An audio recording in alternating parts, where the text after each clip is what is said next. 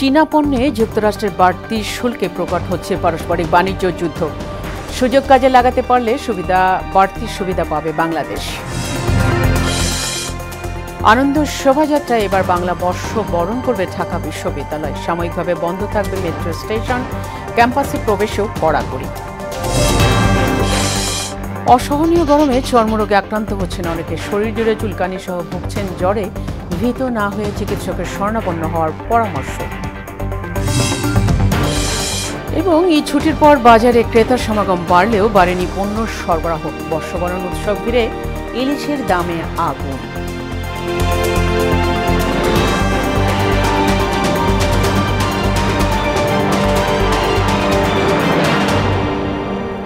আসসালামু আলাইকুম, সবাইকে মোহনা সংবাদে স্বাগত। শুনছিলেন শিরোনাম, সঙ্গে আছি ফাতিমা রশিদ। এবার বিস্তারিত। চীনা পণ্যের উপর ১৪৫% শুল্ক আরোপ করেছে মার্কিন যুক্তরাষ্ট্র। অন্যান্য দেশের ক্ষেত্রে ৯০ দিনের জন্য শুল্ক স্থগিত করা হলেও চীনের ক্ষেত্রে তা প্রযোজ্য নয়। এতে পারস্পরিক বাণিজ্য যুদ্ধ প্রকট হতে দেখা যাচ্ছে চীন ও যুক্তরাষ্ট্রের মধ্যে। তবে চীনের উপরে অতিরিক্ত শুল্ক আরোপ দুশ্চিন্তার বিষয় হলেও বাংলাদেশের জন্য তা নিয়ে আসতে পারেন নতুন সুযোগ। বিস্তারিত কাজী শাহরিনের ডেস্ক রিপোর্টে। ১২৫% নয়, বরং ১৪৫% শুল্ক আরোপ করা হয়েছে চীনা পণ্যে। এমনই তথ্য দিয়েছে হোয়াইট হাউস। কেন ১৪৫% শুল্ক আরোপ করা হয়েছে তারও ব্যাখ্যা দেয়া হয়েছে। হোয়াইট হাউস ব্যাখ্যা দিয়ে বলছে, ট্রাম্পের নতুন ঘোষণায় চীনা পণ্যের ওপর শুল্ক ৮৪% থেকে বৃদ্ধি করে ১২৫% করা হয়। তবে নিষিদ্ধ ঔষধ ফ্যান্টালাইন সংক্রান্ত বিতর্কে চীনের ওপর আরও ২০% শুল্ক আগে থেকেই ধার্য রয়েছে। ওই ২০% শুল্কের সঙ্গে বর্ধিত ১২৫% শুল্ক কার্যকর হবে। ফলে চীনা পণ্যের মোট শুল্কের পরিমাণ হবে ১৪৫%। এমন চড়া শুল্কের ফলে যুক্তরাষ্ট্রের বাজারে চীনা পণ্যের দাম হবে আকাশছোঁয়া। এমনিতেই যুক্তরাষ্ট্রের তৈরি পোশাক ও জুতাসহ কৃষিজাত পণ্যের বড় অংশ আমদানি করে এশিয়া থেকে, যার মধ্যে তালিকায় সবার আগে রয়েছে চীনের নাম। এরপর রয়েছে ভিয়েতনাম, বাংলাদেশ, ইন্ডিয়া ও মালয়েশিয়ার নাম। বাংলাদেশের পণ্য রপ্তানিকারকেরা মনে করছেন, এ শুল্ক শেষ পর্যন্ত বহাল থাকলে চীন থেকে পণ্য ক্রয় মার্কিন ব্যবসা প্রতিষ্ঠানগুলো সরে আসতে পারে। এতে বাংলাদেশের লাভবান হওয়ার একটি সুযোগ তৈরি হতে পারে। তৈরি পোশাক শিল্পের মালিকদের সংগঠন বিজিএমই এর এক পরিসংখ্যানে দেখা যায়, যুক্তরাষ্ট্রের বাজারে এখন থেকে $2 একটি কটন টি শার্ট চীন থেকে আমদানি হলে মোট শুল্ক দিতে হবে $2.83, যা ভিয়েতনাম ও বাংলাদেশ থেকে পড়বে $0.53। এতে যুক্তরাষ্ট্রের বাংলাদেশে বাণিজ্যের দ্বার আরও প্রশস্ত হবে। ৩ মাসের জন্য শুল্ক স্থগিত করায় বাংলাদেশ কিছুটা সময় পেয়েছে যুক্তরাষ্ট্রের সঙ্গে বাণিজ্যিক আলোচনায় বসার। এর মধ্যে বাংলাদেশ যুক্তরাষ্ট্রের সঙ্গে বাণিজ্য, বিনিয়োগ ও সরকারি ক্রয় দ্বিপাক্ষীয় চুক্তি করতে সম্ভব হলে স্বস্তি ফিরতে পারে। কাজী শাহরিন, মোহনা সংবাদ। আনন্দ শোভাযাত্রার মাধ্যমে এবার বাংলা নববর্ষকে বরণ করবেন ঢাকা বিশ্ববিদ্যালয়ের শিক্ষার্থীরা। শোভাযাত্রা চলাকালীন মেট্রো রেলের শাহবাগ এবং টিএসসি স্টেশন সাময়িকভাবে বন্ধ থাকবে। বিকাল ৫টার পর ঢাকা বিশ্ববিদ্যালয়ের ক্যাম্পাসে প্রবেশও থাকবে কড়াকড়ি। এমআর আসাদের রিপোর্ট।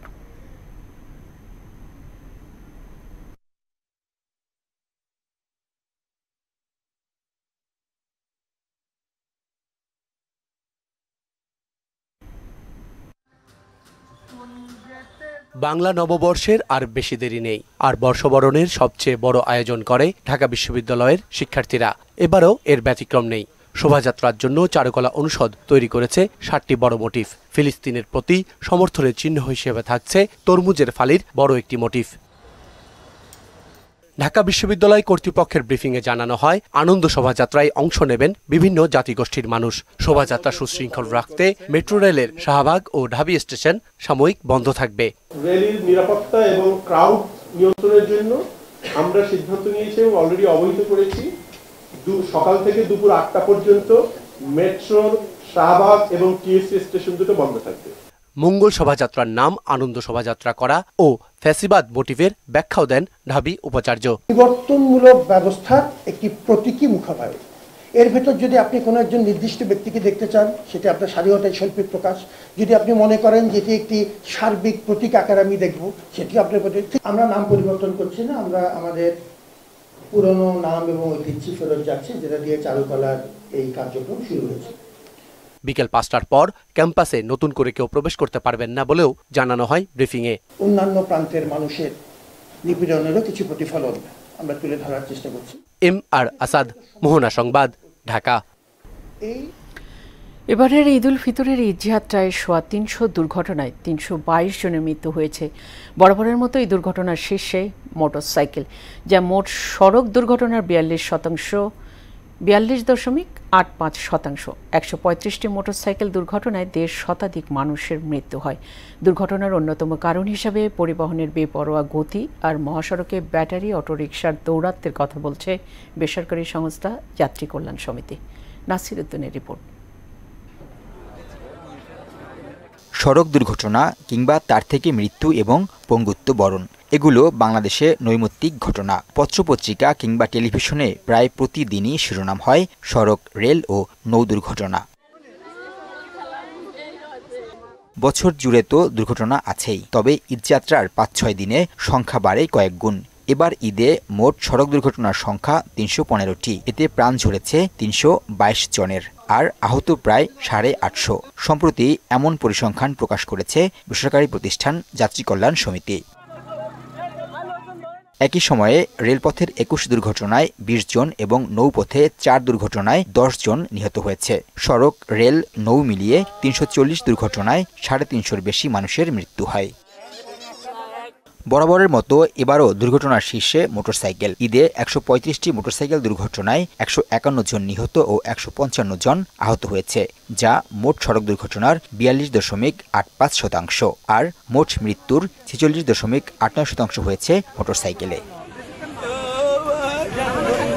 বিশ্লেষণে দেখা যায়, মোটরসাইকেলের পাশাপাশি 16.56% বাস, 14.86% ব্যাটারি চালিত রিক্সা, 14.43% ট্রাক কাভার্ড ভ্যান এবং কিছু দুর্ঘটনার কারণ মাইক্রো এবং নসিমন করিমন। দুর্ঘটনার 27.30% মুখোমুখি সংঘর্ষ, 42.22% পথচারীকে গাড়ি চাপা দেয়া আর নিয়ন্ত্রণ হারিয়ে খাদে পড়ার ঘটনা 20%। দুর্ঘটনার 38.41% জাতীয় মহাসড়কে, 21.26% আঞ্চলিক মহাসড়কে আর ফিডার রোডে দুর্ঘটনার পরিমাণ 34.6%। মহাসড়কে ব্যাটারি চালিত ও অটোরিকশার অবাধ চলাচল দুর্ঘটনার অন্যতম কারণ বলছে যাত্রী কল্যাণ সমিতি। সরকারের নির্দেশনা থাকার পরেও জাতীয় মহাসড়কগুলো থেকে ইজি বাইক, ব্যাটারি চালিত রিক্সা, নসিমন পরিবহন বন্ধ করা যাচ্ছে না। মহাসড়ক নির্মাণের ত্রুটি, ট্রাফিক আইন অমান্যের প্রবণতা, উল্টো পথে যানবাহন, সড়কে চাঁদাবাজি, পণ্যবাহী যানে যাত্রী পরিবহন, অদক্ষ চালক, ফিটনেসবিহীন যানবাহন, অতিরিক্ত যাত্রী ও বেপরোয়া যানবাহনের মতো ঘটনা দীর্ঘদিনের ব্যাধি। প্রশ্ন হচ্ছে, এগুলো কেন কমানো যাচ্ছে না? এই প্রচলিত ট্রাফিক ব্যবস্থা অনিয়ম দুর্নীতির সাথে জড়িত, সে কারণে তাদেরকে দিয়ে আমরা এই যে সরকারের যে আইন এবং বিধিবিধান, এগুলো কিন্তু বাস্তবায়ন করা আমাদের জন্য বড় চ্যালেঞ্জের। দুর্ঘটনার কারণ চিহ্নিত, কিন্তু প্রতিকারের ব্যবস্থা কতটুকু হচ্ছে বাংলাদেশে, এখানেই বেশি গুরুত্ব দিতে বলেছেন বিশেষজ্ঞরা। নাসির উদ্দিন, মোহনা সংবাদ। টানা ঈদ ছুটির পর রাজধানীর বাজারে বাড়তে শুরু করেছে ক্রেতার সমাগম। এদিকে বাঙালির অন্যতম বর্ষবরণ উৎসব পহেলা বৈশাখ সামনে রেখে চড়া ইলিশের বাজার। এদিকে ঈদের পর চাহিদা কম থাকলেও দাম কমেনি গরুর মাংসের, তবে স্থিতিশীল ডিম এবং সবজি তরকারির বাজার। আরও জানাচ্ছেন উষা ফেরদৌস। পরিষ্কারভাবে এটা বলতে চাই যে প্রথমত এটা আমাদের সংস্কৃতির কোনো অংশ না যে পান্তার সাথে ইলিশ খাওয়া হবে, বিশেষ করে এপ্রিল মাসে। অন্য সময় খেলে আমাদের কোনো ব্যাপার না। সম্প্রতি সচিবালয় এক ব্রিফিংয়ে এই আহ্বান জানান উপদেষ্টা, আর এর সঙ্গে একমত পোষণ করেন বাজারে আসা অনেক ক্রেতা। পয়লা বৈশাখে মেলা হয়েছে, মেলাতে গেছে, কিন্তু ওই যে পান্তা ভাত খায় ইলিশ, এই চর্চাটা কিন্তু অল্প আগে ছিল না। এই উপলক্ষে খাবো কেন আর এত দাম দিয়ে কিনবো কেন? গরিব মানুষরা তো অল টাইমই পান্তা ভাত খায়, তাহলে আমরা কেন একটা দিনের জন্য পান্তা ভাত খাবো? ভাতের সাথে পেঁয়াজ মরিচি ভালো মনে করি। ইলিশ মাছ খাওয়ার প্রচলন আমাদের, আমরা যে সম্প্রদায়ের মানুষ আমরা এটা কোনোদিন খাইও না। তবে বৈশাখী ঘিরে সাধারণ মানুষের ইলিশ খাওয়ার আগ্রহ কমলেও বাজারে বেড়েছে দাম। 800 থেকে 900 গ্রামের প্রতিটি ইলিশ বিক্রি হচ্ছে 2200 থেকে 2300 টাকা কেজি দরে, আর 1 কেজি ওজনের ইলিশ বিক্রি হচ্ছে 2600 থেকে 2800 টাকায়। 1 কেজির বেশি ওজনের ইলিশ বিক্রি হচ্ছে 3 থেকে 3500 টাকা কেজি দরে। ছোট মাঝারি ইলিশ 1 কেজি 1600 টাকা। মাছের আমদানি খুব কম, নদীর মাছ খুব কম। এদিকে ঈদের পরও চড়া গরুর মাংসের দাম এখনো কেজি প্রতি বিক্রি হচ্ছে 800 টাকায়, তবে কিছুটা কমেছে মুরগির দাম। ব্রয়লার বিক্রি হচ্ছে 180 থেকে 85 টাকা কেজি দরে, লেয়ার 300 থেকে 310 এবং দেশি মুরগি 650 টাকায় বিক্রি হচ্ছে। ব্রয়লার মুরগি 185 টাকা, সোনালী মুরগি 280 টাকা। গরুর দাম বেশি, মনে করেন গরুর সামনে কুরবানি না, অত মনে করেন গৃহস্থ গরু ছাড়ে না। তবে স্থিতিশীল ডিমের বাজার। সোনালী ডিম 115 থেকে 25 আর সাদা ডিম 100 থেকে 110 টাকা ডজন বিক্রি হচ্ছে। এখন যদি তারা ডিম স্টকে না রাখে তাহলে বাজার এই বাজারে চলবে। এদিকে সবজির দাম রয়েছে অপরিবর্তিত। বরবটি, করলা, কচুরলতি, পটল, ঢেঁড়স সবই বিক্রি হচ্ছে 80 টাকা কেজি দরে। পেঁপে 50, টমেটো 40 আর মাঝারি লাউ বিক্রি হচ্ছে 100 টাকায়। কাঁচা বাজার ম্যাক্সিমামই কম, কিছু কিছু দাম আবার বেশি আছে। দাম কমেও নাই বাড়েও নাই, মোটামুটি একটা শীতলতার মধ্যে আছে। বাস্তবসম্মত বাজার তদারকি মানুষকে স্বস্তি দিতে পারে বলে মনে করছেন ক্রেতা বিক্রেতারা। উষা ফেরদৌস, মোহনা সংবাদ, ঢাকা। অসহনীয় গরমের সঙ্গে ঘামাচিতে ত্বকের র্যাশ এবং চুলকানির সমস্যায় আক্রান্ত হচ্ছেন অনেকে। সারা শরীরে চুলকানি সহ লাল দানা এবং সেই সঙ্গে জ্বরে ভুগছেন তারা। গরমের শরীরে ঘামের সঙ্গে স্পর্শে এসে ছত্রাক থেকেই ত্বকে বিভিন্ন সমস্যা দেখা দেয় বলে জানালেন ঢাকা মেডিকেলের চিকিৎসক ডক্টর তুষার আহমেদ। এছাড়া কোভিড টিকা পরবর্তী অনেকের শরীরে এমন নানা উপসর্গ দেখা দিচ্ছে বলে জানান তিনি। তবে ভীত না হয়ে চিকিৎসকের শরণাপন্ন হওয়ার পরামর্শ দেন এই চিকিৎসক। সুরাইয়া মনির রিপোর্ট। এ সময়ের আর্দ্র বাতাসে বৃদ্ধি পেতে শুরু করেছে নানা রোগ জীবাণু। শরীরে সৃষ্ট ঘাম এবং ধুলাবালিতে দ্রুত বেড়ে যায় ছত্রাক, আর এ থেকে সৃষ্টি হয় বিভিন্ন ধরনের ক্ষত ও চুলকানি। 1 বা 1.5 মাস ধরে র্যাশ ও চুলকানি সহ জ্বরের প্রকোপ অনেক বেশি বলে জানান রোগীর স্বজনরা। লাল লাল হয়ে থাকে, আবার জায়গা চুলকায়, তারপরে আবার বড় বড় ফোড়া উঠতো, ফোড়া উঠলে মলম দিলে আবার যাইতো গা, আবার উঠতো আবার যাইতো গা। আবহাওয়াজনিত কারণেই এই র্যাশ উঠতে পারে বলে মনে করেন ঢাকা মেডিকেলের চিকিৎসক ডাক্তার তুষার মাহমুদ। কোভিড টিকা নেওয়া পরবর্তী অনেকের শরীরে এ সময় র্যাশ টিকা এবং তা শরীরে প্রদাহ সৃষ্টি করছে বলেও জানান তিনি। স্ক্যাবিস রোগের কারণে হচ্ছে কিনা সেই অনুযায়ী চিকিৎসা গ্রহণ করতে হবে, কারণ এটা না হলে খুব দ্রুত বাড়ির অন্যান্য মেম্বারদের মধ্যেও ছড়িয়ে যায়। কোন স্থানে চুলকানি বা জ্বালাপোড়া দেখা দিলে সেখানে হাতের স্পর্শ বা ঘষাঘষি না করে আক্রান্ত স্থানে কেলামিলন জাতীয় মলম দেওয়ার পরামর্শ দেন তিনি। সঠিক রোগ নির্ণয় করে আক্রান্তকে দ্রুত চিকিৎসা শুরু করার পরামর্শ দিলেন এই চিকিৎসক। নিজে বাসায় বসে চিকিৎসা ব্যবস্থা গ্রহণ করা যাবে না, অবশ্যই একটু আইসোলেটেড অবস্থায় থাকতে হবে এবং চিকিৎসকের পরামর্শ অনুযায়ী সেই অনুযায়ী চিকিৎসা ব্যবস্থা গ্রহণ করতে হবে। ত্বকের যে কোনো সংক্রমণে ক্রিম, লোশন বা যে কোনো প্রসাধনী ব্যবহার করা থেকে বিরত থাকারও পরামর্শ দেন তিনি। সুরাইয়া মুন্নি, মোহনা সংবাদ, ঢাকা। পহেলা বৈশাখ সামনে রেখে ইলিশের বাজার পরিস্থিতি জানাতে পাথরঘাটার বিএফডিসি মৎস্য অবতরণ কেন্দ্র থেকে আমাদের সঙ্গে যুক্ত হচ্ছেন সহকর্মী সুমন মোল্লা। সুমন, পহেলা বৈশাখ ঘিরে ইলিশের বাজার দর কেমন, কি বলছেন ক্রেতা বিক্রেতারা?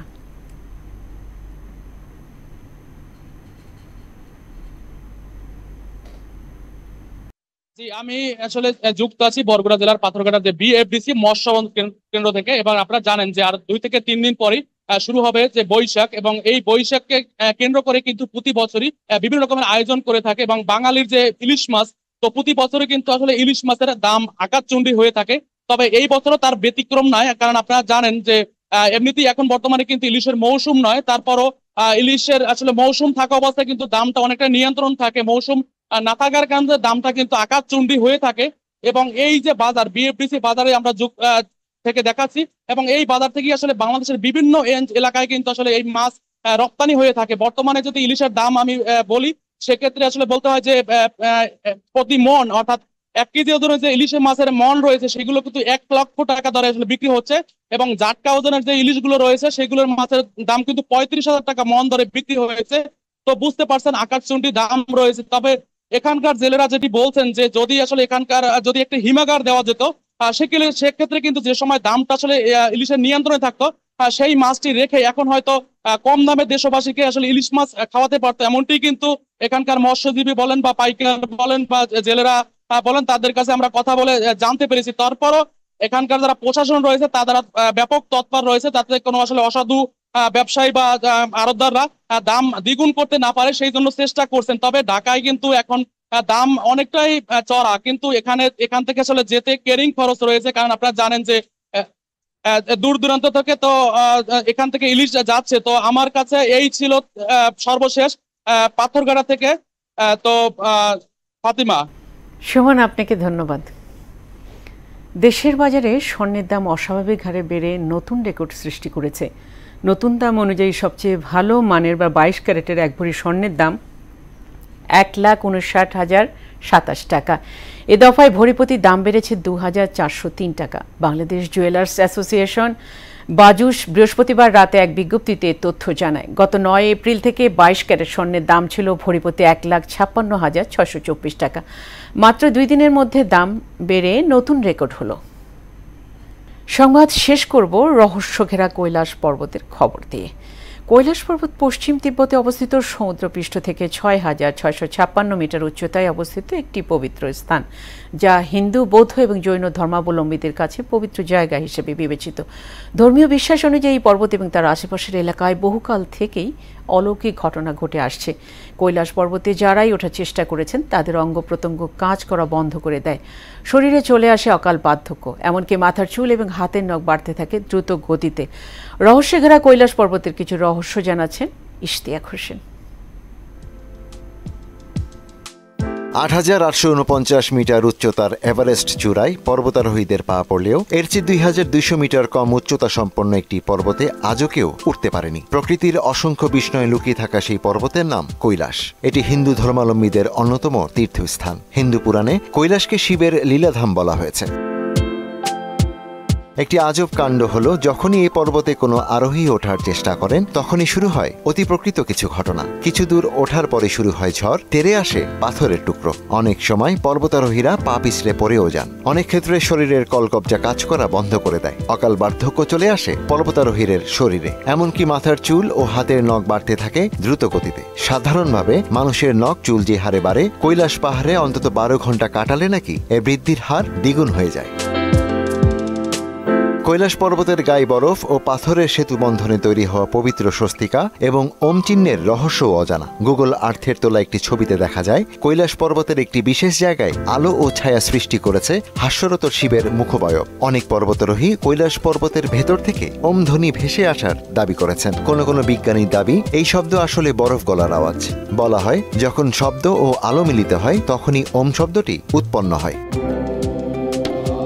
কৈলাসের পায়ের কাছে আছে মানস সরোবর এবং রাক্ষসতাল। এই দুই হ্রদ থেকে এশিয়ার বেশ কিছু দীর্ঘতম নদী সিন্ধু, গঙ্গা, সতলজ নদী এবং ব্রহ্মপুত্র নদের জন্ম হয়েছে। পর্বতের 14,950 ফুট উচ্চতায় মানস সরোবর বিশ্বের উচ্চতম মিষ্টি জলের হ্রদ। প্রকৃতির আজব সৃষ্টি। মানস সরোবর ও রাক্ষসতালের অবস্থান পাশাপাশি, অথচ মানুষের পানি মিষ্টি ও শান্ত, আর রাক্ষসের পানি নোনা ও অশান্ত। হিন্দুদের পবিত্র ধর্মগ্রন্থ বেদে যেমন উল্লেখ করা হয়েছে, কৈলাস পর্বতে একটি সিঁড়ি আছে যা সরাসরি স্বর্গে গিয়েছে। ধর্মীয় বিশ্বাস মতে এটি স্বর্গের প্রবেশদ্বার। 4টি নদী দ্বারা বেষ্টিত কৈলাস পর্বতকে দেখলে পিরামিড মনে হয়। অনেকে তো আবার বিশ্বের সর্ববৃহৎ পিরামিডও বলে থাকেন। পিরামিডের মতোই খাড়া, তাই হয়তো কেউ উঠতে পারেনি। আরো অদ্ভুত বিষয় হলো, বিজ্ঞানীরা বলছেন কৈলাসে নাকি কোনো চুম্বকীয় ক্ষেত্র নেই, যে কারণে কোনো কোনো কম্পাস কাজ করে না। কৈলাস হল হিন্দু দেবতা শিবের স্বর্গীয় আবাস। এটি ঐতিহ্যগতভাবে একটি পর্বত হিসাবে স্বীকৃত, যেখানে শিব, তার সহধর্মিণী পার্বতী এবং তাদের সন্তান গণেশ, কার্তিকের সাথে বাস করেন। এত সব রহস্য থাকলেও কৈলাস পর্বত ধর্মীয় দিক থেকে একটি অনন্য স্থান দখল করে রেখেছে। এই পর্বতের রহস্য উদ্ঘাটন করতে না পারলেও এর প্রাকৃতিক সৌন্দর্য অবশ্যই মানুষকে বিহমিত করবে। ইশতিয়াক হোসেন, মোহনা সংবাদ। শেষ করব মোহনা সংবাদ, যাবার আগে শিরোনামগুলো আরও একবার।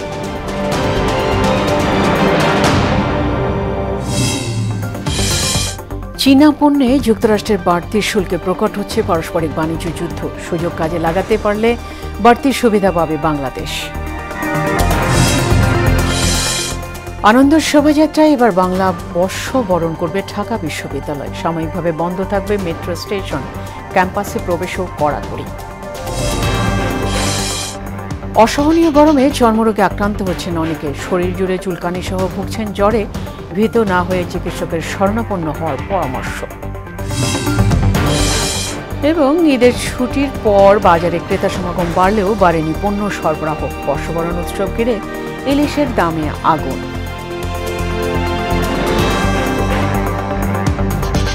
এই ছিল মোহনা সংবাদে। পরবর্তী সংবাদ বিকেল 5:30টায়। এর আগে বিকেল 3টায় দেখবেন সংবাদ এক নজরে। মোহনার সবশেষ খবর জানতে ভিজিট করুন www.mohana.tv। সংবাদ দেখতে পারেন ফেসবুক ও ইউটিউবে। এতক্ষণ সঙ্গে থাকার জন্য সবাইকে